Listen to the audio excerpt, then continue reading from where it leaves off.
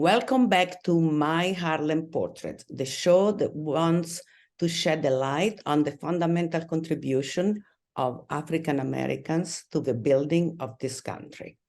We are today with a special edition of a Tribeca Film Festival, where we're going to talk about extremely important issues, political and policy issues that concern the safety of our country.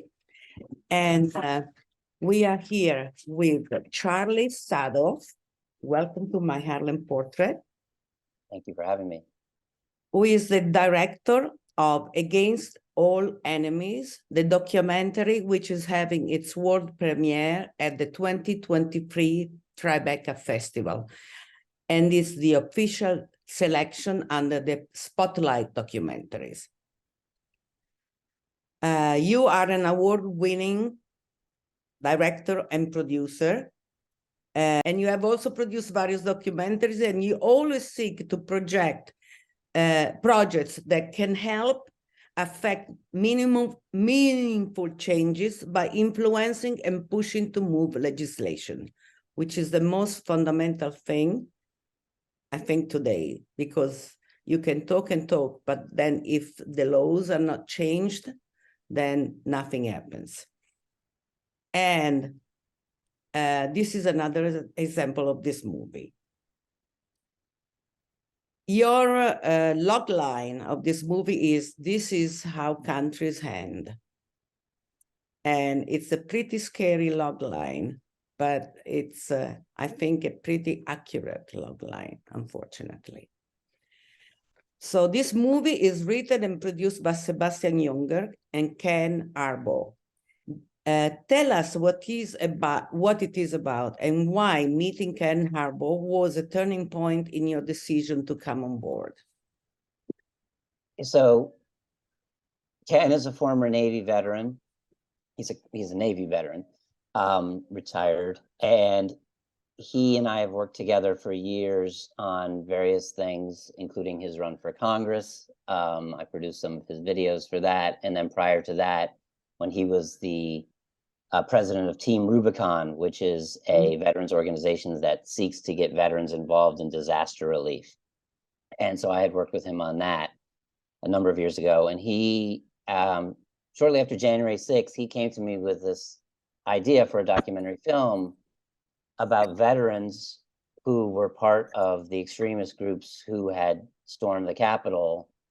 And his argument was that they present a unique danger to this movement, and that January 6th wasn't the beginning or the end of this, but it was just sort of a stop along the way. And that this was an important story to tell so that people can understand what the threat really is, and how military veterans are making that threat more potent. So that is something that I thought was very interesting. The idea that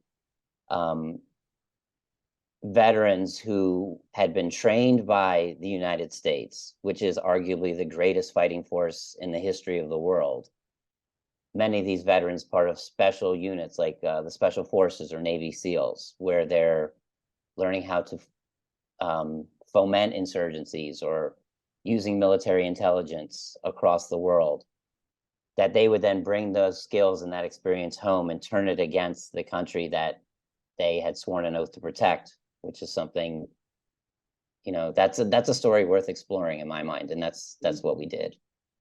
And you answered my second question, which was the January 6th attempted coup on the Capitol, fomented by the outgoing president and based on the big election lie, was a horror to witness live.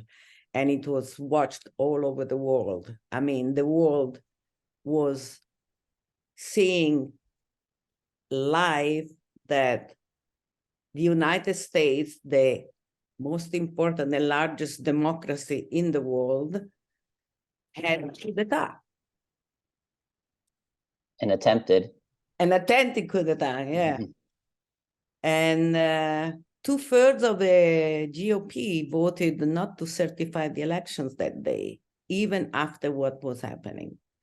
So right after, I think people sometimes forget that that vote took place after the riot, not before. Exactly.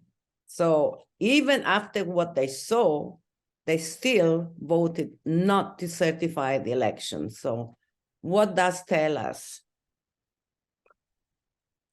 Well, I think it tells us that they are committed to this idea that the election was stolen and that it needed to be investigated, no matter the consequences for those beliefs. And that carries on today. That didn't end on January 6th after the election was finally certified. That is something that is motivating a lot of people to still to this day, and I think will continue to motivate and influence these movements certainly through 2024. Absolutely. And towards the end of the movie, you explain, and through the words of different very important people who talk, like Ali Soufan, who says that we have no domestic terrorism law, and that's why we have been failing since the 80s to be able to incriminate people who have committed acts of terrorism. And you brought during the movie different examples, like the 1995 Oklahoma City, Timothy McVeigh was incriminated, but not of terrorism. He was convicted of murder. Exactly. Tell us a little bit about that, because that's very important to understand. So the United States doesn't have domestic terrorism laws. And what that means is that in the way that we can go after, for example, Al-Qaeda or its affiliates who may be trying to plan things in the United States, where we can go after the whole network that's involved with their operations and their planning to find out what's going on and to take care of those, to sort of suss them out before they actually take place. We can't do that with domestic extremist groups because we don't have, it gets a little bit in the weeds, but we should go into the film, but there's something called material support, which is what the FBI uses to prosecute international terrorist organizations. You can't do that with domestic violent groups because those laws don't exist. And the reason we don't have domestic terrorism groups is a complicated debate. I'm not an expert in it, but I do know that there are lots of First Amendment issues affiliated with it, and that both the left and the right are, large swaths of both are opposed to domestic terrorism laws because they're afraid of how they may be used against citizens. So it's actually a bipartisan issue. But the ramifications of that is that, as Ali Soufan says, you have to have a hot body before you can start going after these groups. So in the case of Oklahoma City, we couldn't be going after Timothy McVeigh and all of the people associated with him either before or after the bombing, because there aren't laws on the books that allow the FBI and Department of Justice to do that. So they have to prosecute him with a hate crime or murder or possession of a weapon of mass destruction. So what it prevents you from doing is going after all the people who helped him. The groups. And so then you might take out one, but you're not taking out the whole network. And there is a real network, and that's what you show in this movie. I mean, this movie, when I read at the end, I had to redo all the questions that I have decided to ask you, because you give the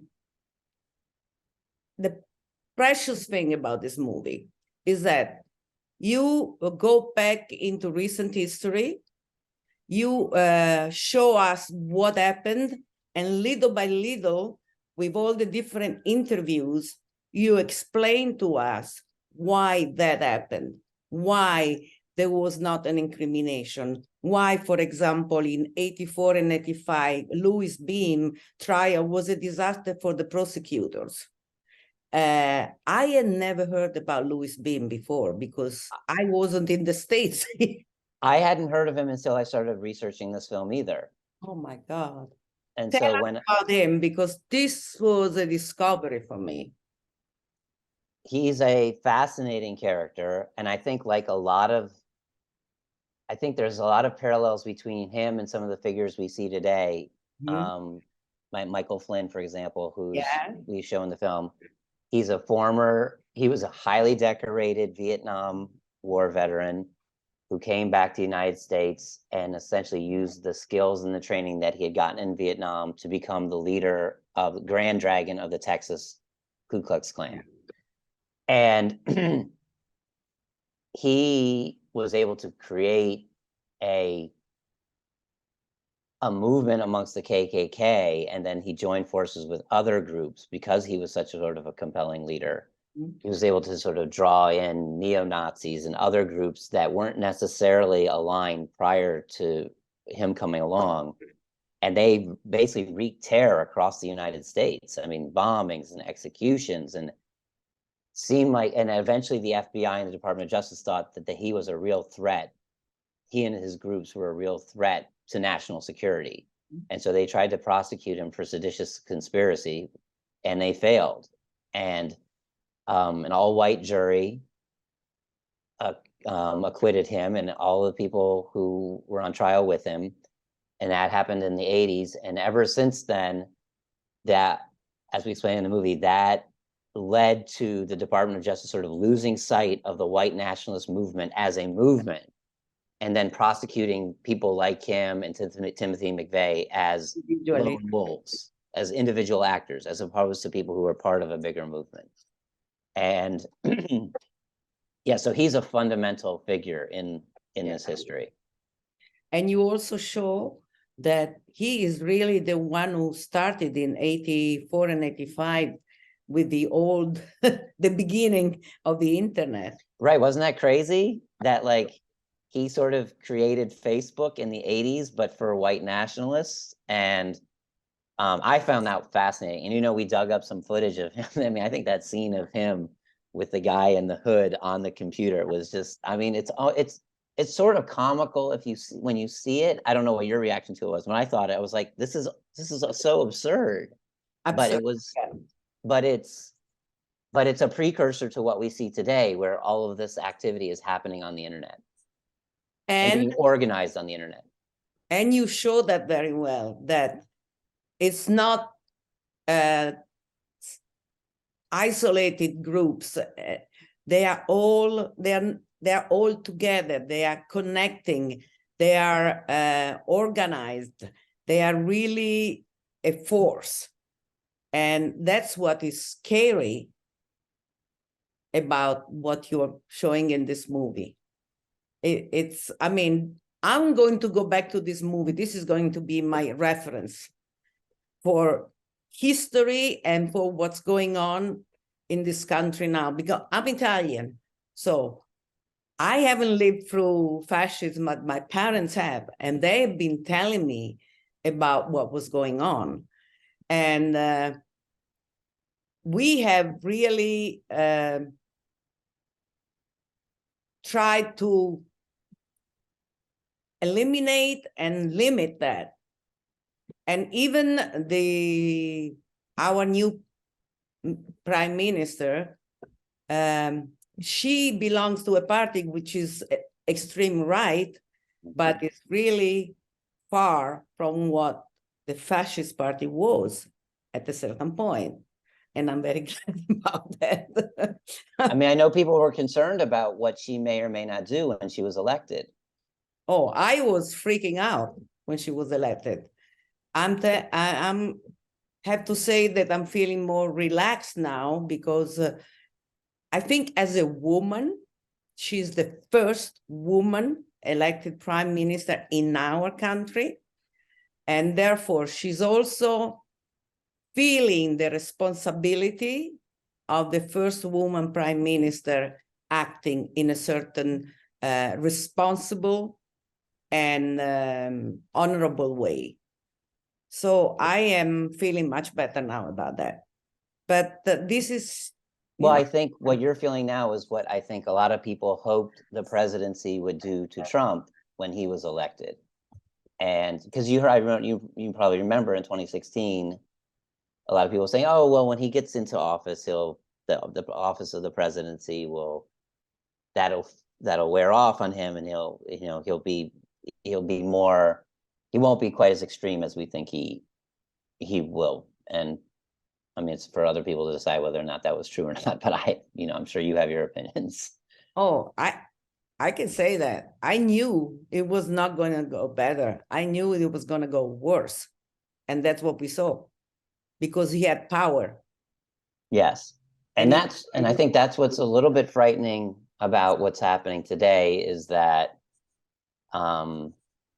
he and Flynn and JD Vance, who's also in the film, there's a real sense of revenge and retribution animating a lot of what is coming forth from them these days. And I do worry that if they regain power, that they will use the levers of power for revenge and retribution against their perceived enemies. Absolutely. That's what he's been doing anyway. He has shown us that that's what he is.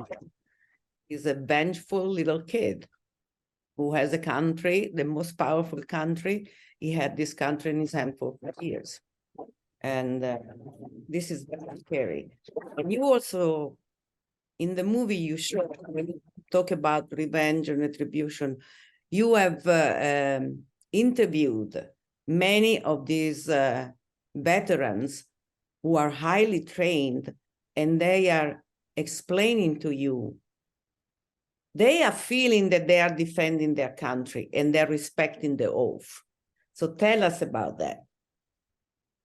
Well, the oath of service, when you join the military, you take an oath to defend the Constitution against all enemies. That's the name of the film, foreign and domestic. And they are been convinced through any number of ways, through various echo chambers and things that they're seeing on the internet, or things that they're hearing from former generals and leaders who they respected, like Michael Flynn, that the country has been taken over by a crime family, and Joe Biden, the election was stolen.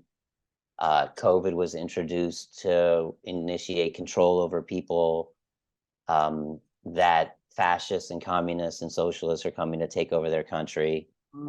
And they have been convinced that this is true. And a lot of that is tied to currently to Black Lives Matter and Antifa, who are now the enemy. And so they have been convinced that those are the enemies who are taking over this country. They are the enemies domestic, and that they need to be taken care of. They need to be, you hear the phrase throughout, by any means necessary. Exactly. So what we don't want to see happen is that violence is the means by which these groups decide that they have to take out their enemies. Yes, sorry. So they believe that they're patriots. Exactly. What happens is that they believe they are the patriots. They believe that in the battle of good against evil, they are the good. Mm-hmm. They truly believe that. That's what this movie is showing so vividly. And then it becomes an even more difficult enemy to combat, because it's someone who is as convinced as you are that they are in the right. Yes, that is true. And I think in some ways, I hope that by watching the film, people have a better understanding of why this happens and how it happens, and that these aren't cartoon villains, but they are, and many times, our next door neighbors. They are people who at one point served this country honorably. And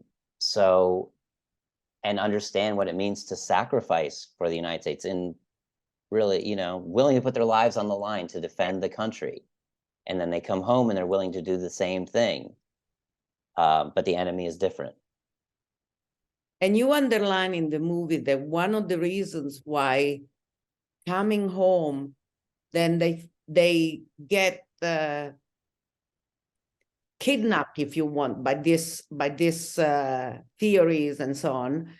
And that's because they do not feel that the country who sent them to war is taking care of them once they come home, and also they don't feel the camaraderie. Right. Tell us about that.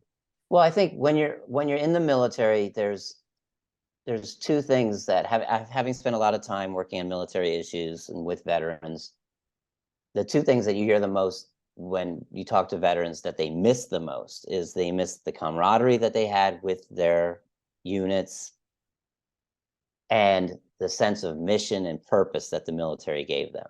And so when they come home and they don't have that anymore, groups like the Oath Keepers or the Proud Boys, the Three Percenters, they can offer that.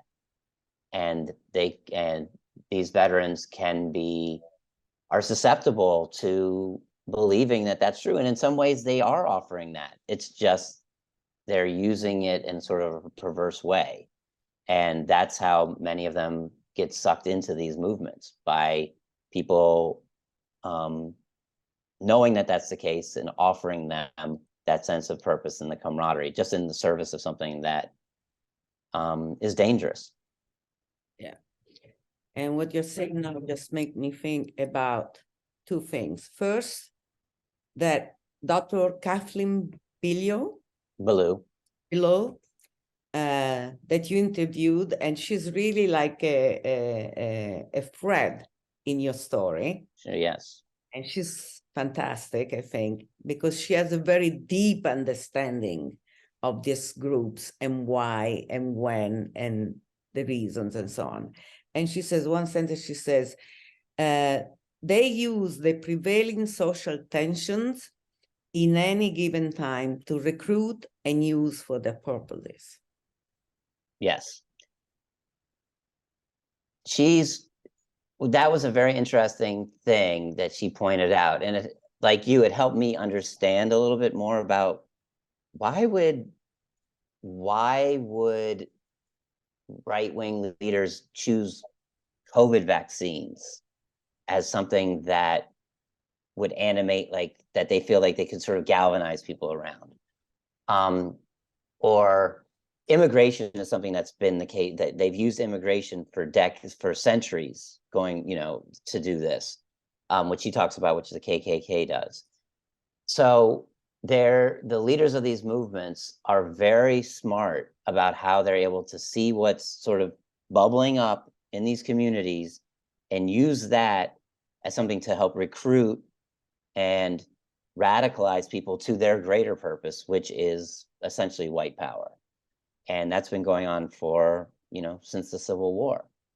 And that when it helped me understand all the things that you see percolating and then becoming sort of these big movements and these big sort of calls to action. Like, what is that really about? And that, I think she does a really good job of explaining what that's really about. Yeah, it's really extremely well done. This movie is amazing. And you also go deep, as you were talking about all this violent extreme movement, like the Proud Boys, 3%ers, and so on. And you show some never before seen footages of the Oath Keeper. How did you get access to that? So that footage was actually filmed by two young filmmakers named Jacob Silman and Alex Swerdloff, who I was introduced to through one of my archive producers. And they had been embedded with various militias, including the Oath Keepers, for several years. And they were just sort of sitting on this footage and couldn't figure out what to do with it. I think they were trying to make their own film and they couldn't. And when I saw it, I was like, oh, well, this stuff is amazing. Like you, I saw it and I was like, this is amazing footage. So we acquired the footage from them. I met with them and we talked about how it could be used, and they agreed to let us have the footage. Wow. But they did a fantastic job of embedding with the Oath Keepers and getting their trust and talking to Stuart Rhodes. And I agree, it's phenomenal footage. Yeah, everything in this movie is phenomenal. And did you feel at a certain point, when you were talking to all these people, did you doubt about yourself and what you're thinking? You mean my own beliefs? Yes. That's a great question, because I didn't ever they didn't ever change my mind about anything. Mhm. But I could see clearly how they were convinced of what was true, and also how they could convince other people that it was true. Because a lot of these people are really, like General E, for example. No matter what you think of him, what his beliefs are, I think you would agree he's a really compelling figure. I mean, and he's someone who I could see convincing other people of what he believes. Um, Randy Ireland from the Proud Boys isn't as compelling a figure, but also he has a good story to tell, and he really believes what he believes. These guys, when they're talking to me about what they believe, they are not pretending. No. They are not sort of aping like talking points that they think, they should be, that they've been, decided upon, like at some organizational level. This is what they genuinely believe. And I could see how you could get swallowed into it, because there's a certain perverse logic to everything that they talk about, unless you go deeper into it and where it all unravels. But it's so to me, that was the scary part of it, is that I could see how if you spend enough time in this world, you could get sucked into it. And that's what happened to Chris Goldsmith, who we also talked, who eventually, took a different path. But Chris is, I also the same. He was talking about the film Zeitgeist, right? yes. And he told you how that film influenced him to the point of him getting into these organizations. And he talked about this deep state conspiracy narrative, the battle of good versus evil, the satanic cabal. So he showed how he got into it. So he's showing what you just said, that they are so convincing that you can get sucked into it. And that is the scary part. And if you're not hearing anything else, if you're in the echo chamber where that's all you're hearing, then that only reinforces it. And you don't really have any escape route. So that's how it happens. Yes, yes. Another very interesting subject was this Denver Riggleman, who was in the part of the investigating committee on January 6th. He's a technical advisor. Yeah. Tell us a little bit about him, because that's very interesting also what he was saying. Well, Denver is a former military, he's a retired military officer as well. And his expertise was military intelligence. And so he was brought on, he was a Republican, very conservative Republican from Virginia, who was brought onto the January 6th committee as a technical advisor. So he was the one helping sift through all the data. And he is particularly alarmed by what he sees, because he has access to data that neither you or I can see. But he also runs a distillery in Virginia, and he sees just sort of everyday people coming through his distillery every weekend, and talks to them about what they're thinking and what they're seeing.